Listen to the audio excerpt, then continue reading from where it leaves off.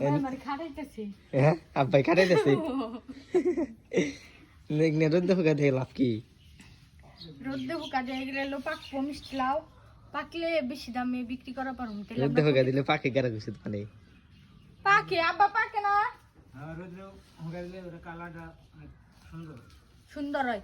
তাহলে বেশি দামে বেচলে আমরা কোটিপতি হব। কত দিন আছে এই দিই না ইয়ে দে আব্বা আমার যে খাটান খাটাইতেছে আহ দেখে এখন একটু উঠে করুন যায়। এই দেখো কত কি দেখো। মেলা দিত ব্যক্তি তুমি একলাই আনছ না হ্যাঁ একলাই তো আনছি।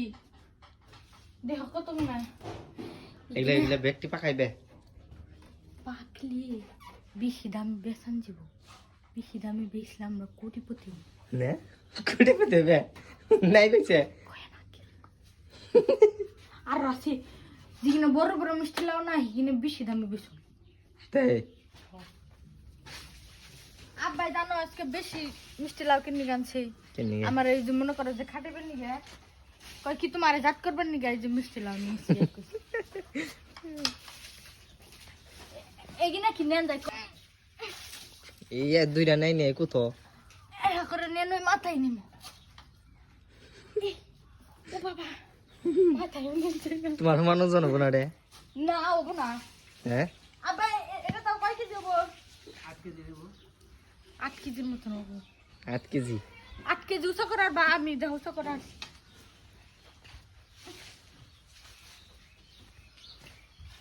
আল্লাহ